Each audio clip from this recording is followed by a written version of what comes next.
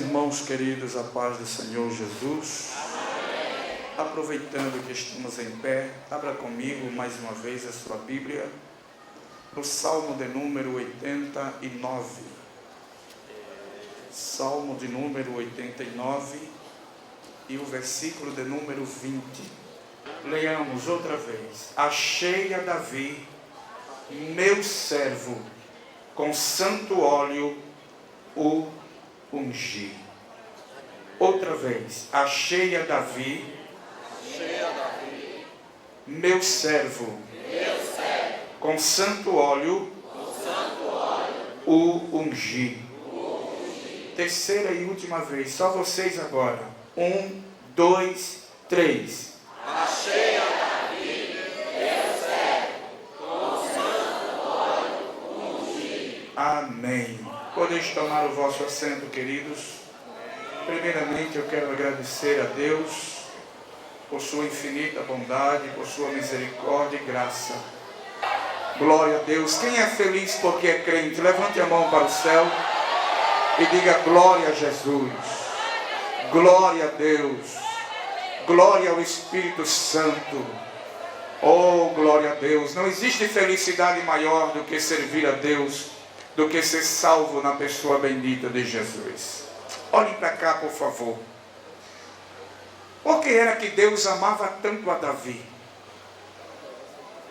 Porque Davi era o xodó de Deus. Porque Davi entrou para a história bíblica como uma das maiores referências de fidelidade a Deus e de amor a Deus. Porque Davi era tão diferente.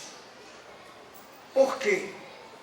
Porque Deus amava tanto a Davi ao ponto de dizer que Davi era segundo o seu coração. Por quê? A bem da verdade, se você for ler a história de Davi, se você for estudar a história de Davi, você vai perceber que havia duas razões principais porque Deus amava Davi. A primeira era porque Davi amava a Deus. Era porque Davi era apaixonado por Deus. Era porque Davi amava ao Senhor Deus com toda a intensidade. Vamos orar por esta criança que não está bem de saúde. Deus de Abraão, Deus de Isaac, Deus de Jacó. A tua palavra diz que tudo que nós pedirmos em nome de Jesus nos será concedido no céu. Pai, eu te peço em nome de Jesus agora, olha para esta criancinha que está enferma. A sua mãe trouxe aqui à frente, Senhor, porque confia nas orações.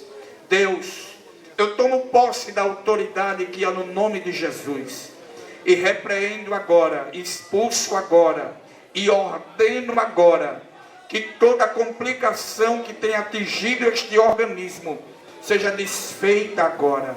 Toda enfermidade desapareça agora. Em nome de Jesus, eu ordeno, enfermidade, saia deste corpo e não volte mais, para a glória de Deus Pai, para a glória de Deus Filho e para a glória de Deus Espírito Santo. E todos confirmam dizendo amém. Então, meus amados irmãos, Deus amava Davi, primeiro, porque Davi, olhe para cá, porque Davi amava sinceramente a Deus. Davi amava a Deus com toda a intensidade do seu ser, com toda a intensidade do seu coração. O segundo motivo porque Deus amava tanto a Davi é porque Davi era homem de coragem. E quando você vê a coragem em Davi, você percebe que o homem de coragem não é aquele que não leva desaforo para casa. O homem de coragem, Davi era corajoso, não era porque não levava desaforo para casa. Davi era corajoso, não era porque ele com a espada na mão, ele se transformava em um guerreiro imbatível. Não era por causa disso. O homem de coragem é aquele que tem a capacidade de reconhecer os seus erros. Davi era homem de coragem porque quando ele errava, ele batia no peito e dizia: Deus, eu errei. Deus, eu sou pecador. Eu pequei, Senhor, contra ti e contra a tua palavra. Deus, eu fiz o que era mal perante os teus olhos. Eu não sou merecedor da tua graça e da tua presença. Agora, por favor, Pai, se o Senhor quiser me tirar a coroa, me tira. Isso ele já era rei. Se o Senhor quiser tirar minha coroa, tira. Se o Senhor quiser tirar o meu trono, tira, porque foi o Senhor quem deu o trono. É Deus quem dá o trono, é Deus quem levanta, é Deus quem abate, é Deus quem exalta, é Deus quem humilha. Então Davi disse: Senhor, se o Senhor quiser tirar tudo de mim, tira. Agora, Pai, não retira de mim o teu Espírito Santo,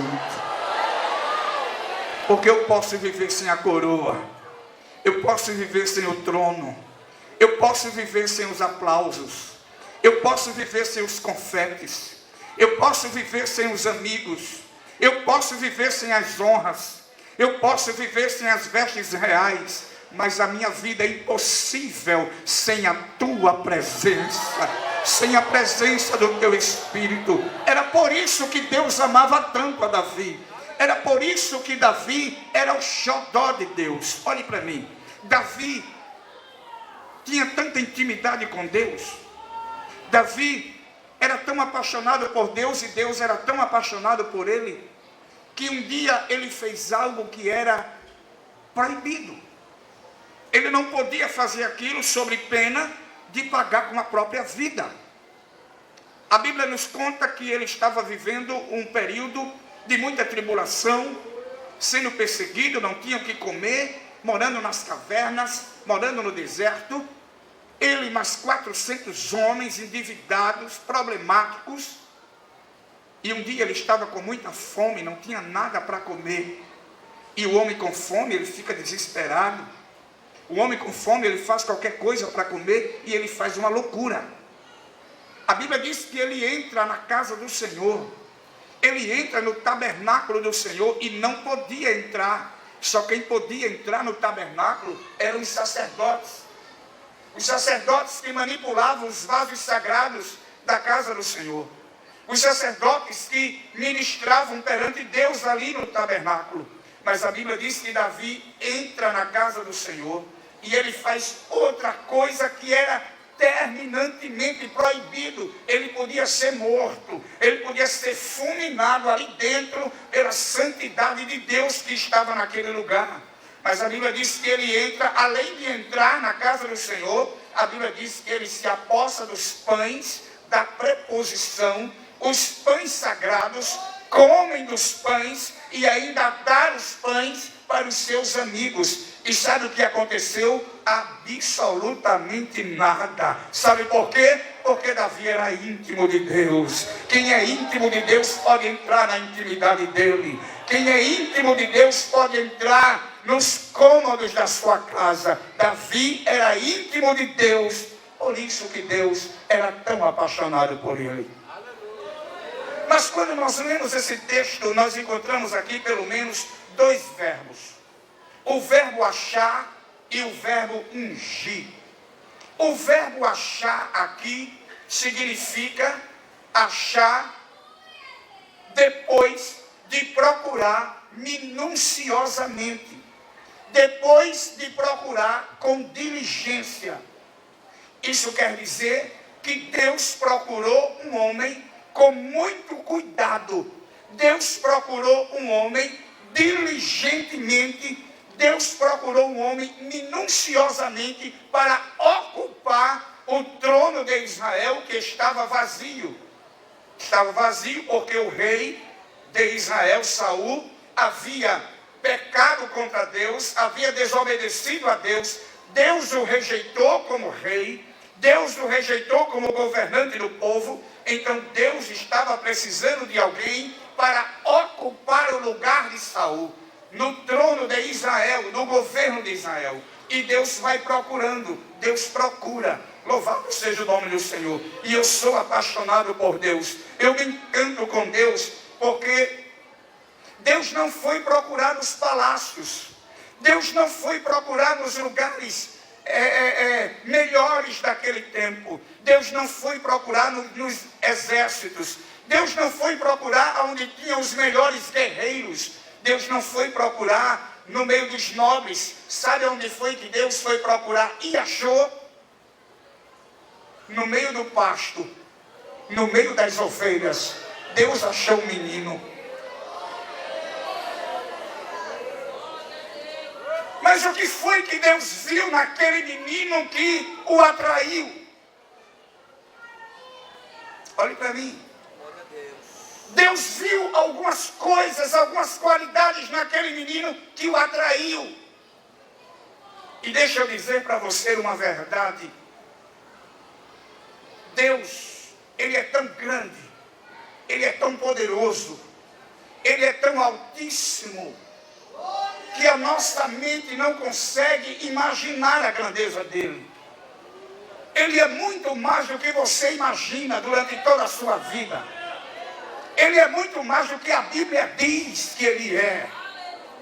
A sua glória, a sua grandeza, o seu poder não cabe dentro do universo e muito menos na mente humana. Ele é muito mais. Mas escute que coisa tremenda e que coisa apaixonante. Esse Deus tão grande e tão poderoso, Ele é atraído pelas coisas pequenas. Quanto menor, mais atrai a Deus. Quanto mais incapaz, mais atrai a Deus. E Deus foi achar um menino no meio do pasto.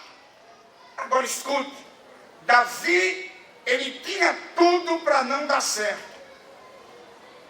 Davi, ele não tinha nenhuma qualidade, humanamente falando, para ser o rei de Israel. Davi não tinha nenhuma prerrogativa humana para ocupar o trono de Israel. Primeiro, Davi era o caçula da família. O caçula da família estava no último lugar da fila. Porque quem herdava os bens, ou o maior quinhão, a maior parte dos bens da família, não era o filho mais novo, era o filho mais velho. Todos os privilégios da família, todas as honras da família, não era para o caçula, não era para o filho mais novo, era exatamente para o filho mais velho. O mais novo, muitas vezes, era colocado para exercer os trabalhos mais humildes da casa. Os trabalhos que eram destinados para os escravos fazerem. Por exemplo, tomar conta de ovelhas, não eram os filhos que tomavam conta das ovelhas. Era uma pessoa que era contratada para tomar conta das ovelhas.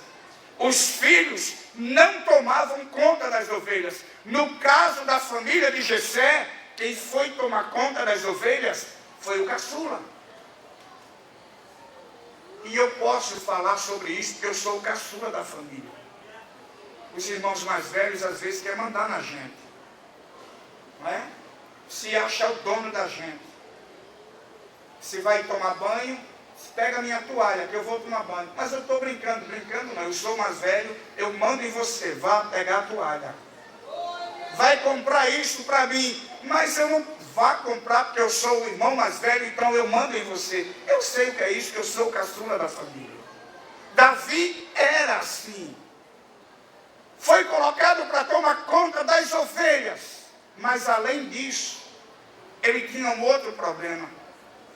Ele era ruivo. Irmão Cícero, e isso era problema? Hoje não, mas naquela época era um sério problema ser ruivo. Sabe por quê? Porque naquela época eles associavam uma pessoa ruiva com Adão. Porque a palavra Adão, o nome Adão significa vermelho. Provavelmente Adão era ruivo também. E por causa do pecado de Adão, todas as pessoas que nasciam ruiva, eles associavam o pecado de Adão com aquela pessoa e dizia: essa pessoa é maldita, essa pessoa é amaldiçoada porque nasceu ruiva. Associavam o pecado do primeiro homem, de Adão, com aquela qualidade de ruivo. Então, além de ser o caçula, ele era ruivo. E esse era um sério problema. Mas eu me encanto com Deus. Sabe por quê? Porque Deus, Ele quebra protocolos. Aleluia! Deus, Ele quebra costumes, Ele quebra tradições. Deus passa por cima dos pensamentos humanos, das tradições humanas. E a sua vontade sempre prevalece. Olhe para mim. Não adianta se levantarem contra você. Não adianta alguém dizer que você não é capaz. Não adianta alguém não honrar você porque você é isso, porque você é aquilo, porque você tem isso, porque você tem aquilo. Não. Se Deus te chamou, escute bem o que eu vou lhe dizer. Se você tem convicção de que foi Deus quem lhe chamou e lhe escolheu, a vontade de Deus, ela vai prevalecer na sua vida, custe o que custar. Deus acha aquele menino aonde? Tomando conta das ovelhas. E tomar conta de ovelhas não é fácil. É, pastor Jansen? É, pastores. Tomar conta de ovelhas não é coisa fácil. Porque para tomar conta de ovelhas precisa ter paciência. Não é, pastor Talvanes? Muita paciência. Porque o problema não são as ovelhas. Ovelha não traz problema para o pastor. O grande problema do rebanho são os cabritos que tem no meio. Cabra. Cabra é ruim de tanger. Cabra é ruim. Cabrito é ruim para você cuidar deles. É um problema sério, porque ele tem algumas manias que muitas vezes quer tirar o pastor do sério. O cabrito, ele é todo cheio de luxo, é todo cheio de não me toque. Se um cabrito for por aqui, ó, você vai puxando ele e tem uma poça de água ali, meu filho, ele não vai passar. Não vai passar. Ele vai abrir as patas assim, ó, e não vai passar de forma nenhuma. Você pode puxar e arrancar a cabeça dele, mas ele não vai andar. Ele emperra e não anda.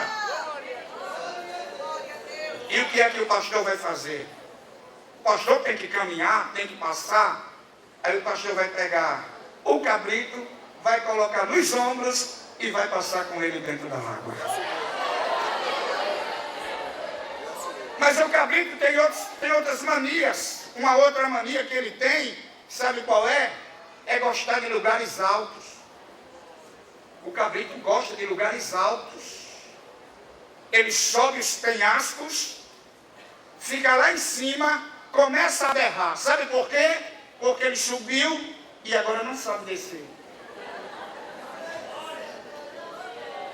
Sabe quem é que tem que subir, correndo o risco de cair de lá do despenhadeiro, dos penhascos, se relar, se machucar? Sabe quem é que tem que subir para tirar o mocinho lá de cima? O pastor. Mas o cabrito tem outra mania terrível, e essa é a pior. Sabe o que é que ele faz? Ele é falso. Ele é um bicho falso. Ele está perto do pastor, esfregando as pernas, esfregando a cabeça nas pernas do pastor, e o pastor está alisando ele por entre as pontas, por entre os chifres. Daqui a pouco o pastor se esquece um pouquinho dele e ele começa a se afastar assim, ó. Ele vai se afastando devagarinho, devagarinho, devagarinho. E quando o pastor menos espera, ele sai na toda, chega nas pernas do pastor. Assim é o cabrito.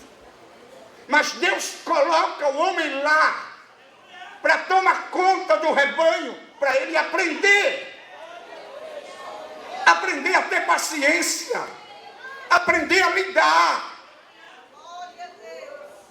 Pela bondade, misericórdia e graça do Senhor, Ele me deu o privilégio de tomar conta de uma pequena congregação, uma subcongregação ali em Bebedouro.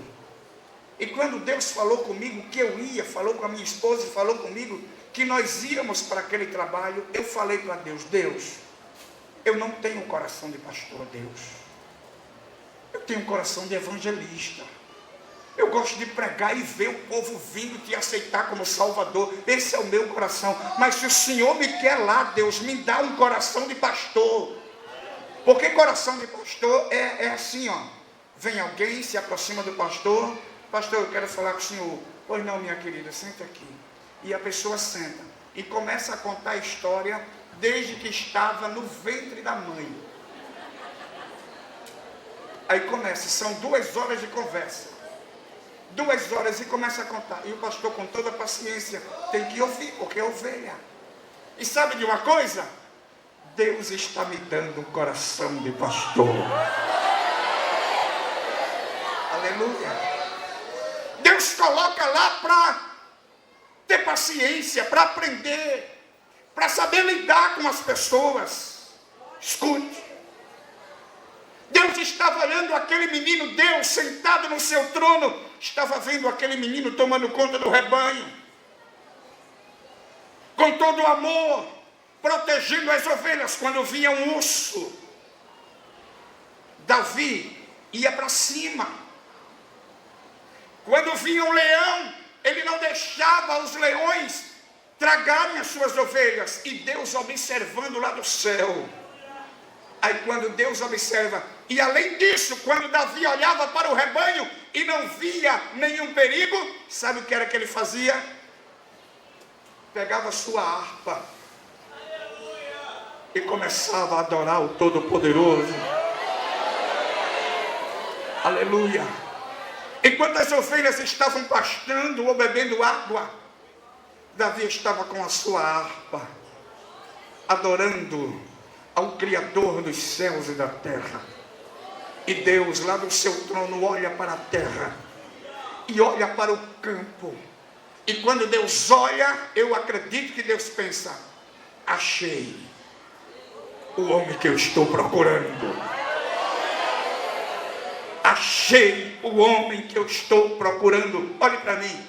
Sabia, querido, que Deus ainda hoje está procurando homens? Eu não estou falando de homens preparados intelectualmente, porque isso tem demais. Tem demais. É um trombando no outro.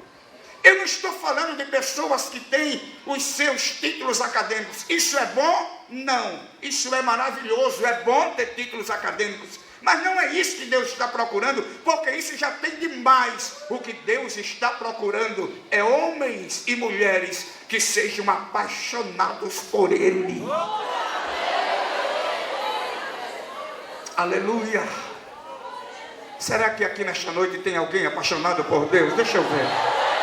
Tem alguém apaixonado por Ele? Então levante a mão, feche os olhos e por 1 minuto faz uma declaração de amor para Ele agora. Faz uma declaração de amor. Aleluia. Você é apaixonado por Ele? Faz uma declaração de amor. Afinal de contas é um culto de adoração, não é? Afinal de contas, nós não saímos de casa para vir passar tempo aqui. Nós viemos aqui para adorá-lo. Nós viemos aqui para nos encontrar com Ele. Nós viemos aqui para beijar os seus pés. Nós viemos aqui para nos declarar a Ele e dizer: Pai, Tu és a minha maior riqueza, Tu és o meu maior tesouro. Eu não tenho nada que seja mais precioso do que a Tua presença na minha vida. Se declare para Ele esta noite, se declare. Enquanto você está fazendo isso, sabe o que é que está acontecendo? Você está sendo cheio. Deus está te enchendo, enchendo da sua graça, enchendo da sua unção. Você não precisa estar preocupado com os problemas que você vai ter que resolver amanhã, que você vai ter que resolver segunda-feira. Você não tem que estar preocupado com aquilo que você não pode resolver. Você nem sabe se vai amanhecer vivo amanhã. Então só adore a Ele hoje. Enquanto você adora, a mão de Deus está se movendo em seu favor. Enquanto você adora, você está sendo cheio do Espírito Santo. Olhe para mim. Deus chama o profeta Samuel. E diz: Samuel, vem cá. Eu achei um homem que vai substituir a Saul no trono de Israel. Eu imagino que Samuel ficou ansioso para saber quem era. Afinal de contas, esse homem seria um homem especial. Esse homem não podia ser qualquer homem. Esse homem teria que ter um porte atlético. Ele teria que ter um porte de rei. Ele teria que ter todas as características de um rei, de um monarca. Quem será esse homem? Mas Deus não disse para Samuel quem era. Ele apenas disse: vai à casa de Jessé, lá em Belém, porque dentre os seus filhos eu tenho escolhido, eu tenho me provido de um, e este será o próximo rei de Israel. Saul quem escolheu foi o povo, mas agora quem escolheu fui eu. Quando Deus escolhe não dá errado. Quando Deus escolhe dá certo. Se Deus escolheu você, vai dar certo. Se Deus escolheu você, não tenha medo, vá, porque vai dar certo. E Deus escolhe. E Deus disse: vai à casa de Jessé o belemita, enche o teu vaso de azeite e vem. Enviar-te-ei a Belém, casa de Jessé, porque dentre seus filhos eu tenho me provido de um rei. E Samuel vai ansioso, parece que eu vejo Samuel ansioso com o vaso, aquele chifre cheio de azeite para ungir o próximo rei de Israel. E quando chega lá, e quando o profeta chegava na cidade, era uma expectativa muito grande, porque certamente ele traria uma mensagem de Deus para o povo. E quando Samuel chega na casa de Jessé, foi uma expectativa muito grande. Ele pergunta: onde estão os teus filhos? Jessé disse: todos estão aqui. E a Bíblia diz que quando Samuel olha para um dos filhos de Jessé, para Abinadab ou Eliabe, quando ele olha para ele e olha para a sua aparência, e olha para o seu porte, certamente um porte atlético, um homem com uma estatura de rei, quando Samuel olha para ele, somente olhando para a aparência, ele imagina: não vou ter trabalho para saber quem é, já está diante de mim o homem que Deus escolheu. Só pode ser esse, porque esse tem todo o porte de rei, esse tem todas as características de rei, e ele já foi pegando o vaso. Mas quando ele se prepara para ungir a Eliabe ou Abinadab, Deus brada no coração dele e diz: Samuel, não olhes para a aparência, porque Deus não vê como vê o homem. O homem só vê o que está no exterior. O homem só tem a pretensão de olhar para o estereótipo. O homem só olha para a aparência. O homem só pode ver o que está por fora, Samuel. Mas assim não é o Senhor. O Senhor olha para o que está dentro do coração. Deus não olha para a aparência. Deus não quer saber se você é pequeno, se você é grande, se você é preto, se você é branco, se você é iletrado, se você é doutor. Se Deus se apaixonou por você e escolheu, é você. Agora, é claro que você tem que se preparar. Se Deus encontrou você, se Deus lhe chamou, claro que você tem que se preparar e para servir ao Senhor da melhor maneira possível. E passaram os 7 filhos de Jessé. Quando passaram os 7 filhos de Jessé, Samuel pergunta: Jessé, acabaram-se os teus filhos? Só tem esses? Aí Jessé disse: ainda tenho o mais novo. Nem o nome foi mencionado. É interessante isso. Porque Davi não era conhecido em lugar nenhum. Nem nome ele tinha. Acabaram-se os teus filhos.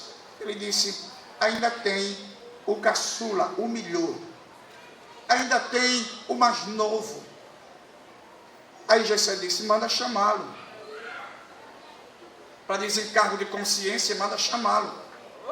Porque nós não nos assentaremos à mesa antes que ele chegue.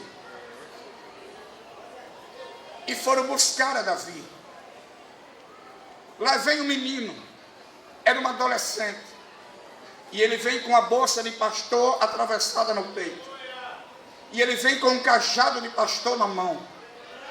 E ele vem cheirando a mato e cheirando a ovelha. Lá vem ele para cá, todo desarrumado. Eu imagino com as mãos encaliçadas, com os pés surrados, as sandálias surradas. Não tinha nenhum porte de rei. Lá vem ele. E a Bíblia diz que ele era. A Bíblia deixa claro isso. Que quando ele chegou, ele não quis entrar. Porque a Bíblia usa a expressão, e fizeram Davi entrar. E quando fizeram Davi entrar, ele tímido. Ora, se não foram seus irmãos, que tinham todo o preparo, quanto mais eu. Olhe para mim. Davi não sabia que ele já tinha sido escolhido lá no céu. Glória a Deus. Pode não ter sido escolhido aqui na terra, mas lá no céu já tinha sido escolhido. E quando é escolhido lá no céu, deixa o tempo passar. É melhor ser escolhido lá do que ser escolhido aqui. Agora não tem como. Quando é escolhido lá, Deus move o mundo e mostra que você foi escolhido lá também.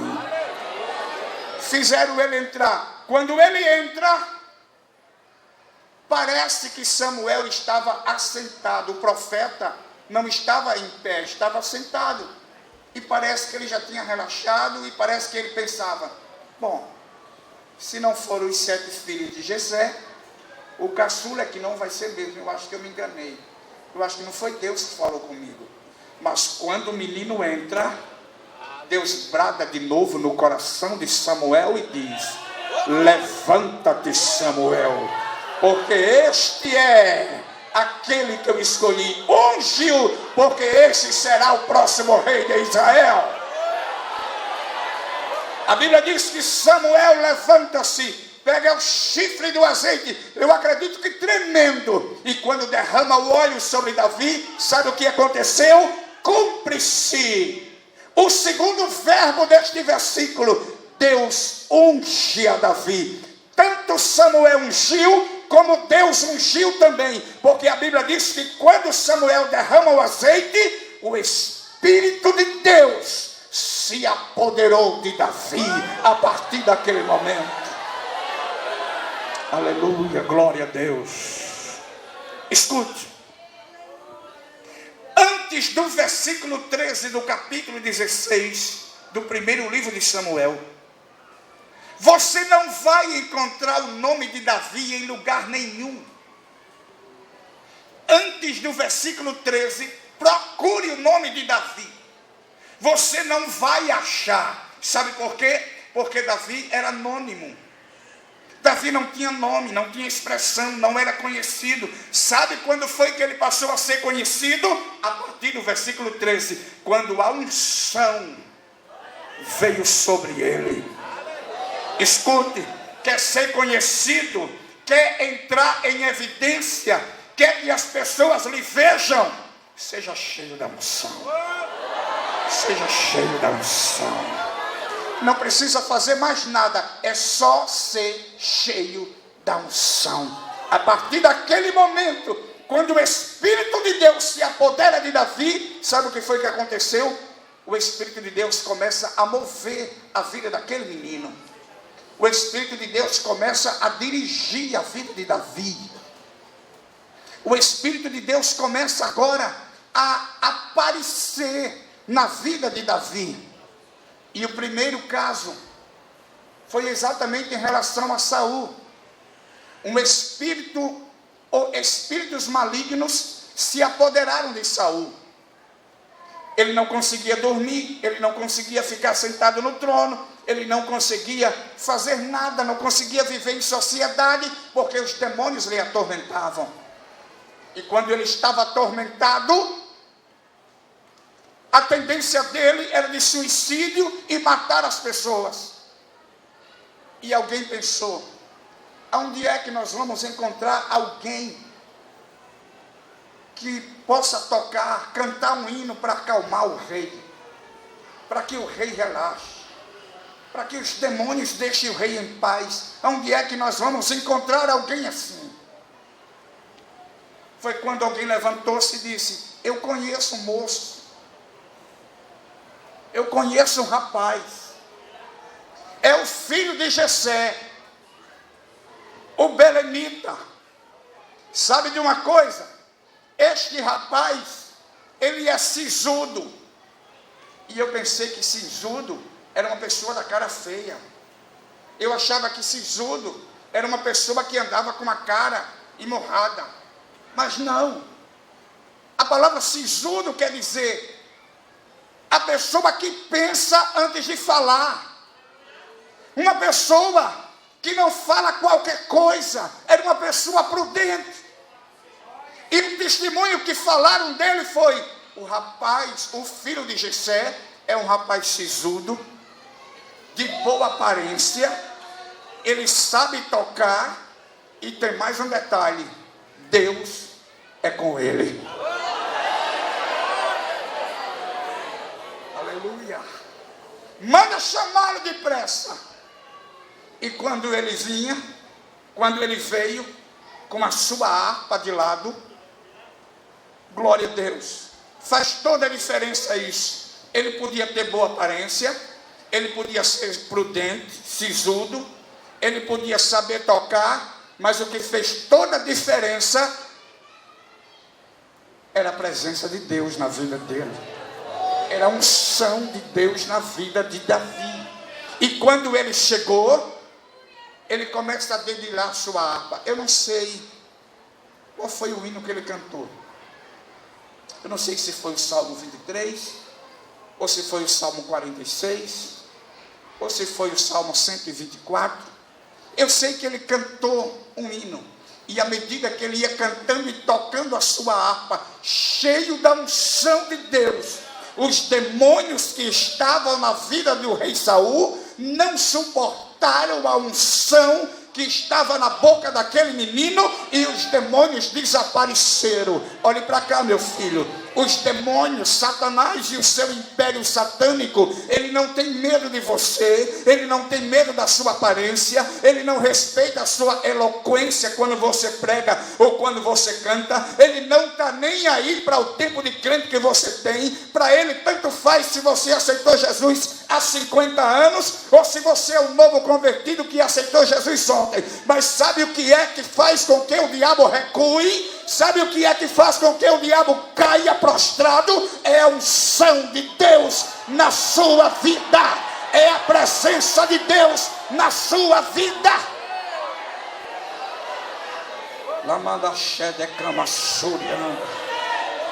Eu sinto a presença de Deus aqui neste lugar.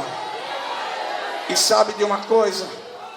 Deus, Ele tem um desejo muito grande. Deus quer isso. Deus quer que você seja cheio da unção. Sabe por que é que Deus quer que você seja cheio da unção? Porque o mundo está precisando de homens ungidos. O mundo está carente de homens e mulheres cheios da presença de Deus.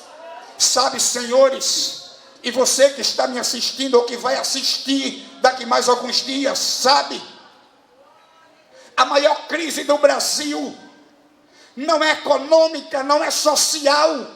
A maior crise do Brasil é de homens e mulheres cheios da presença de Deus.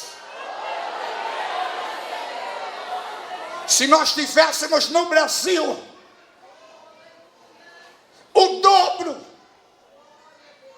de homens de Deus que nós temos hoje no Brasil, Deus já tinha mudado esta nação. Deus já tinha virado de cabeça para baixo o Brasil, cheio da unção do Espírito Santo. É isso que faz a diferença. Olhe para cá, nesta noite, Deus está desafiando a você a ser cheio da unção de Deus. Mas o que é unção? E aqui eu termino. Unção não é barulho. Se bem que a unção ela traz barulho, mas não é barulho a unção. Unção não é o falar em muitas línguas estranhas. As línguas estranhas é uma evidência do batismo com o Espírito Santo, mas isso não se caracteriza como unção. O que é unção? Sabe o que é unção, senhores? Unção é a capacitação que Deus dá a alguém para fazer a sua obra na terra. Unção é a capacidade que Deus dá a alguém para desempenhar um trabalho, uma obra específica para ele. Obra esta que ela não pode ser feita por qualquer pessoa, só por quem é ungido. Unção significa a presença de Deus na vida do homem. Sabe o que é que a unção faz? A unção, ela faz pelo menos duas coisas. Primeiro, a unção, ela atrai a presença de Deus. A unção, ela chama Deus para perto de você. A unção é a autoridade de Deus na terra. Se você é ungido, se você está cheio da unção de Deus, você está cheio da autoridade de Deus na terra. Aonde você colocar sua mão, Deus coloca a mãozona dele por cima. Aonde você colocar o seu pé, Deus diz: eu te dou esta terra que você está pisando. Se você tem a unção de Deus na vida,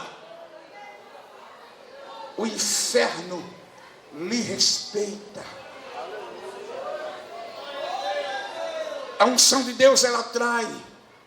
A unção de Deus, ela chama. É bom ser ungido, é excelente ser ungido, mas escute, levante a mão assim, quem quer ser ungido, levante a mão, levante a mão bem alto assim, aqueles que querem ser ungidos. Muito bem, meu filho, agora abaixe a mão, por favor. Se a unção de Deus, ela atrai a presença de Deus, se a unção de Deus é a autoridade dele na terra, escute isso, a unção de Deus também na vida do homem, ela atrai os inimigos.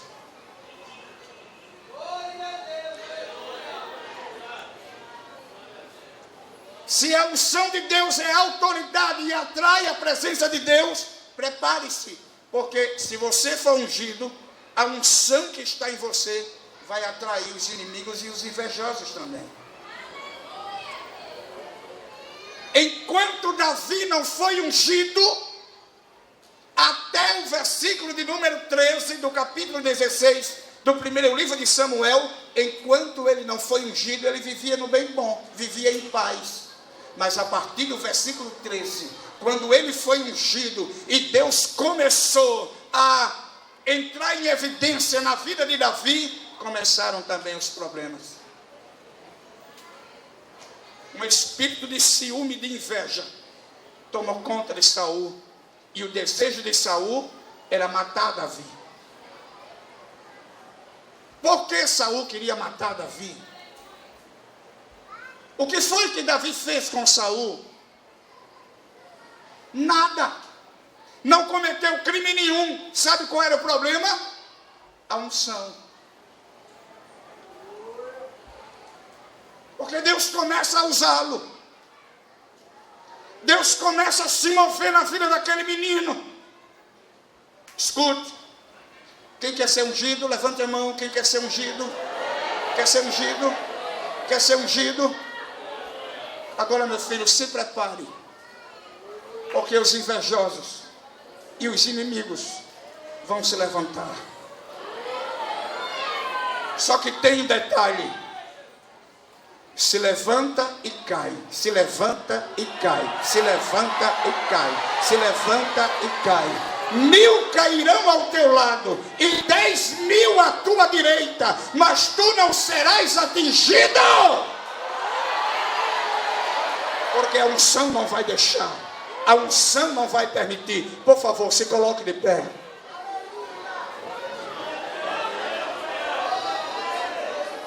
A unção de Deus, ela não vai descer aqui, ela já está aqui. A unção de Deus está à sua disposição. A unção de Deus é convivência com Ele. Você só adquire a unção convivendo com Ele, tendo intimidade com Ele, andando com Ele. E sabe aonde está a fonte da unção? Em 3 elementos. Primeiro elemento, a fonte da unção. Se você quer unção para a sua vida, eu lhe apresento 3 elementos que são a fonte da unção. Primeiro elemento, Jesus Cristo. Ele é a fonte do poder e da autoridade. Ele disse: quem tem sede, venha a mim e beba. Tem sede de unção? Tem sede de autoridade de Deus? Quer ser ungido por Deus? Quer ser usado por Ele? Quer influenciar o mundo? Quer influenciar sua casa, sua família, seu trabalho, sua escola, sua faculdade, sua vizinhança? Se aproxima de Jesus, vai a Ele, conversa com Ele, tem intimidade com Ele. Ele é a fonte da unção. Segundo elemento, aonde está a fonte da unção? Nas Escrituras Sagradas. Palavra. Quer unção? Palavra. Quer autoridade de Deus? Se alimente da palavra. Se acorde pensando na palavra.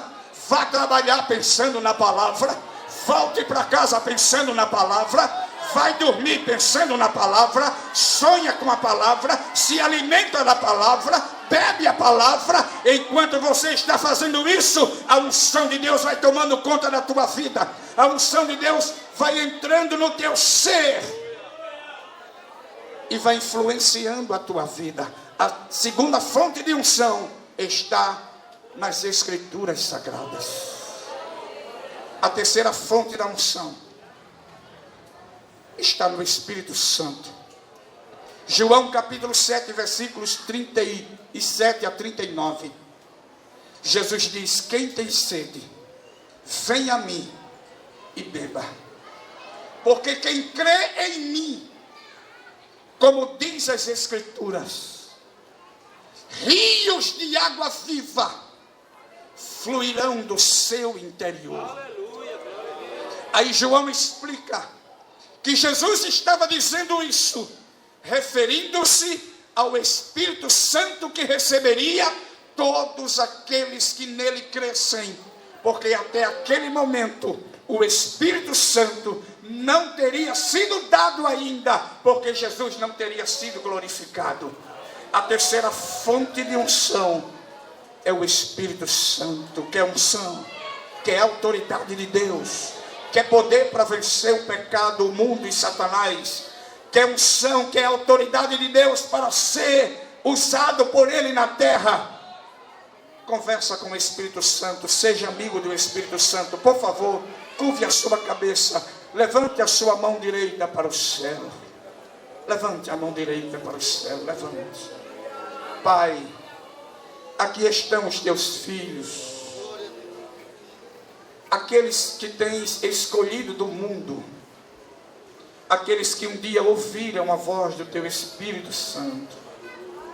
Teu Espírito Santo que chama, que convence, o teu Espírito Santo que santifica, o teu Espírito Santo que capacita, que encoraja, que consola, o teu Espírito Santo que sustenta, que intercede com gemidos inexprimíveis.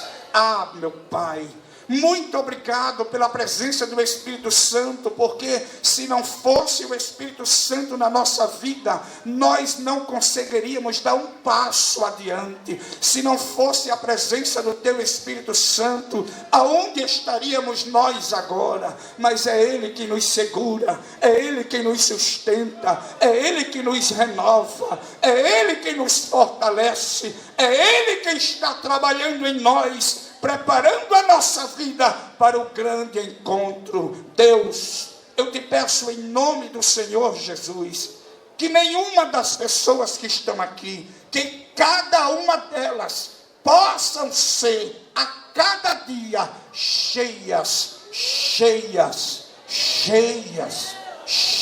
do teu Espírito Santo, cheias da tua unção, cheias da tua graça. Eu te peço em nome de Jesus, Pai, para a tua glória e para o teu louvor. E todos dizem: amém.